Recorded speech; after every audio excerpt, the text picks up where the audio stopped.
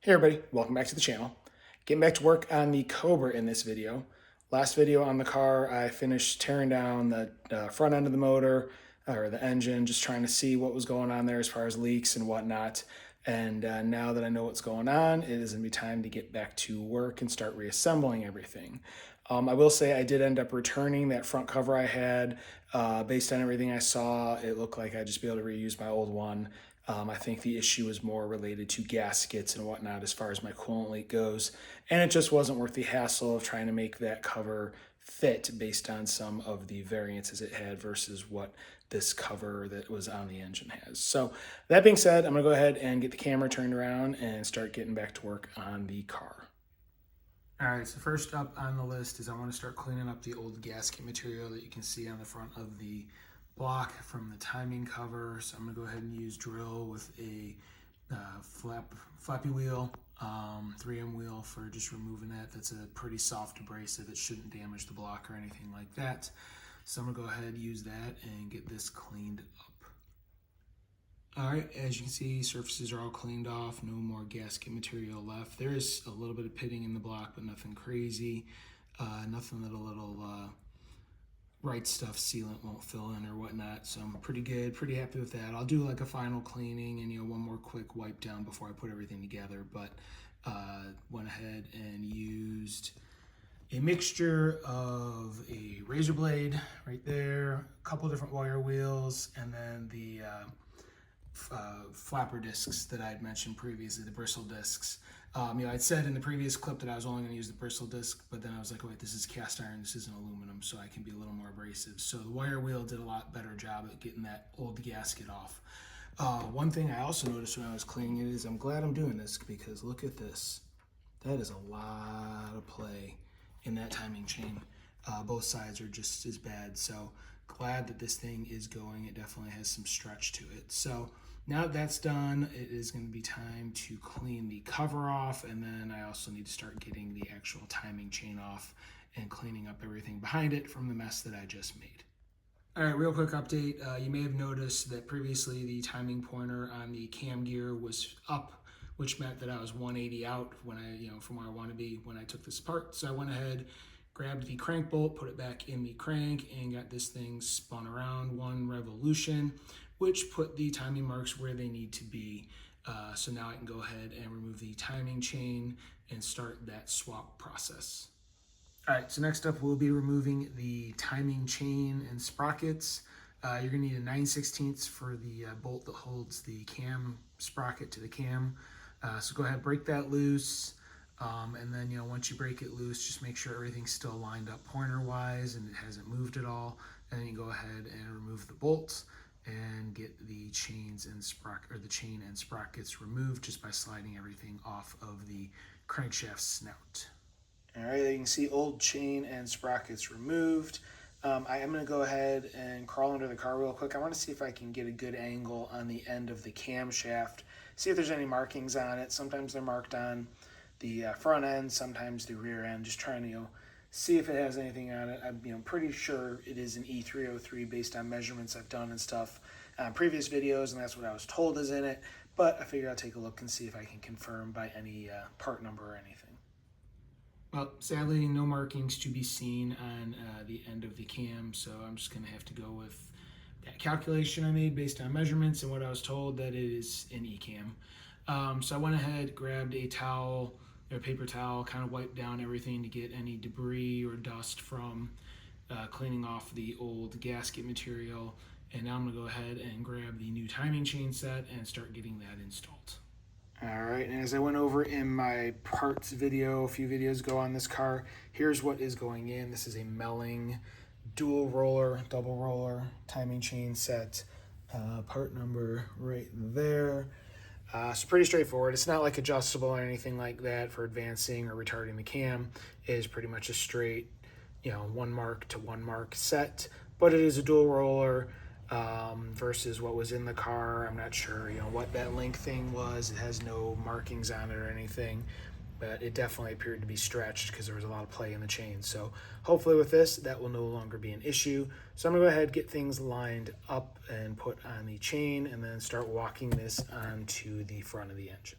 All right, here you can see it's walked on. I basically, you slide on the lower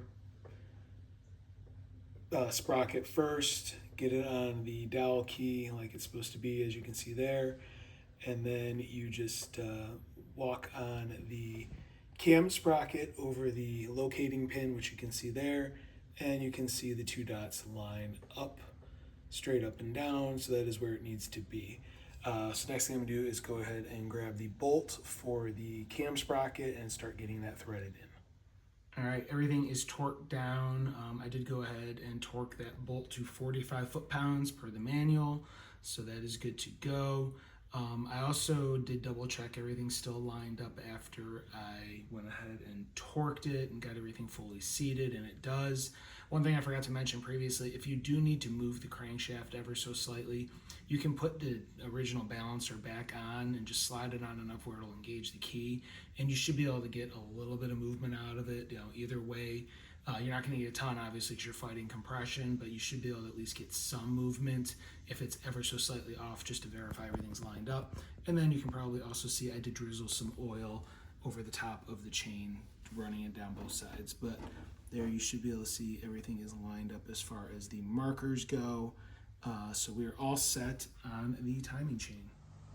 Update time. So I just spent the better part of an hour working on this. This is my original front cover.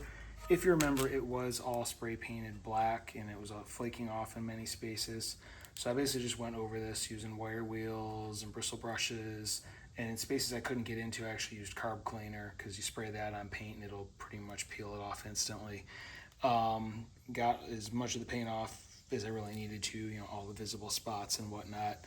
I mean, it's not going to look perfect. This is old, like pop metal or whatever it's made out of. It might be aluminum, I'm not 100% sure. But it's, it's etched, it's, it's stained from years. I mean, I've gone over it multiple times. But most of it's going to be covered up by all the front accessories and whatnot. You really don't see a whole lot of it anyway. So not too worried about it, but it looks better than, the flaking black paint that you could see. So anyway, went over it, got all the paint off. I obviously removed the old front seal. You can see that's gone. And then I really concentrated on cleaning both sides of the water coolant jackets, making sure there was no old material left on there. They're nice and smooth. Again, using the bristle brush, wire wheels, things like that, because I am sick of chasing leaks on this engine. So that's pretty much cleaned up. I'll go over it one more time before I actually do the final install. But yeah, that was quite a bit of time I spent just trying to make this look as good as possible and trying to get it cleaned up. So timing cover is pretty much ready to go on, other than a final cleanup. All right, so next on the list, I think my ultimate goal for this video is going to be to get that front cover on, and then I can wrap it up there, and end this one, and start afresh with the new video. So I think what I need to do is finish loosening up the oil pan to the point where I can get the gasket out so it's not sticking out past the front cover, and I can make sure the lower portion of the front of the block where the cover is going to bolt on is completely clean, and there's nothing in the way that's going to screw up any seals. So I'm going to crawl underneath, loosen up the bolts the rest of the way on the oil pan, drop it down pretty low, and then I can cut out the old seal so it's out of the way, and then I can get the front of the block cleaned up as much as possible, and then I can go ahead and start getting the front cover reinstalled on the block. All right, so I got the pan dropped, as you can see here, to the point where there's a huge gap now, and I was able to cut out the bit of oil pan seal that was kind of sticking forward. So now I have a good flush edge of the block. Went ahead and wiped that down with mechanics wipe real quick, and I'm now gonna grab blue towel and some brake parts cleaner, go over it again, make sure there's no residue on any of the mating flange surface on the block, as well as on the back cover. I wiped, or the back of the front cover, I wiped all that down on the inside as well with a mechanic wipe. So I'm gonna go ahead and get those cleaned up, and then I will be back. All right, so I got both the block and the front cover, and I'm letting those dry. Wiped them down a couple of times with a rag with some brake clean on it. So what I'm going to be using is, this is the part number, Fel Pro. It's basically your front timing cover replacement gasket kit. Covers with a whole lot of stuff I'm not going to use. out of this kit, I'm basically just going to be using the timing cover gasket now. It came with a water pump gasket. I'll go ahead and use that. Does not come with the gasket that goes between the back plate on the water pump, so I did already have that, which I went over in a previous video right here, because I am going to replace that since it is all apart. I don't think that's where any of my leaking is, but again, I have the gasket, it's all apart, makes sense to do it now.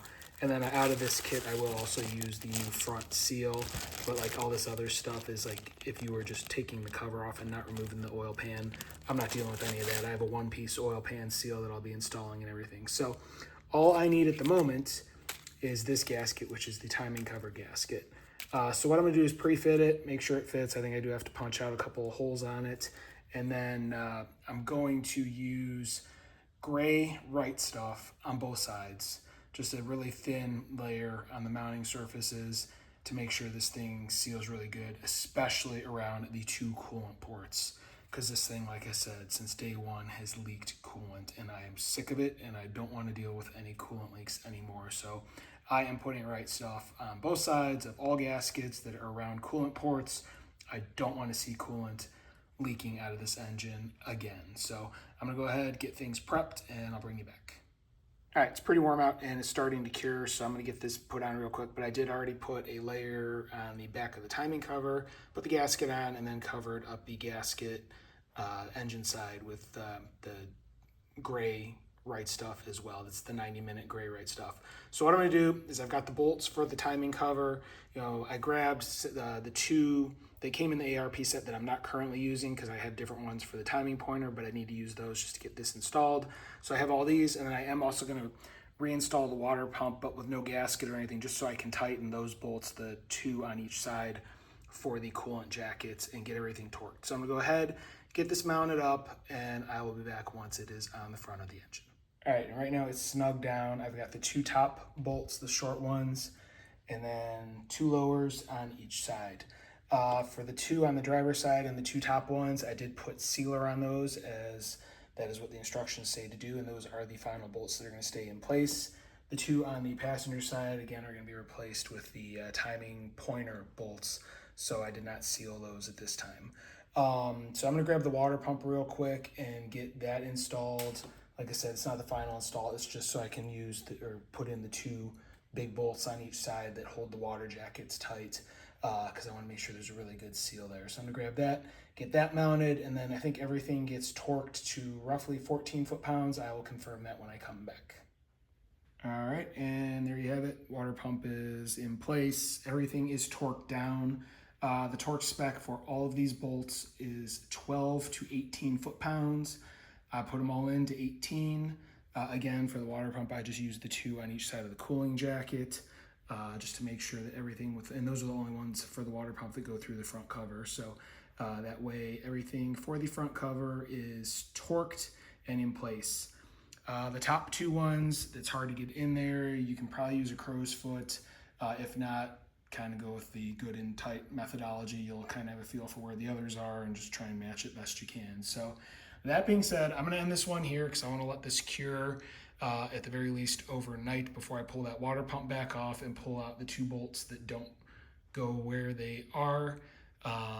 So with that, yeah, I'm gonna end this one. Next video, I'll pick up with probably the oil pan and everything on the bottom of the engine. So if you like what you're seeing, you wanna follow along, please hit like, please hit subscribe, please hit the notification bell. If you have any questions or comments, please leave them in the comment section below. I do review them, I will reply. I do have a second YouTube channel devoted to firearms. If that is something that interests you, please check it out. There's a link in the description of this video. I also have a Rumble channel where I'm posting the same thing. So if you are on Rumble, I do have a firearms related Rumble channel, link in the description as well.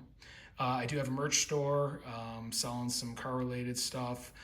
There's a link to it in the description. You probably see some items below the video. If you're interested in checking some of that stuff out, please go ahead and do it. That being said, thank you very much for watching and have a great day.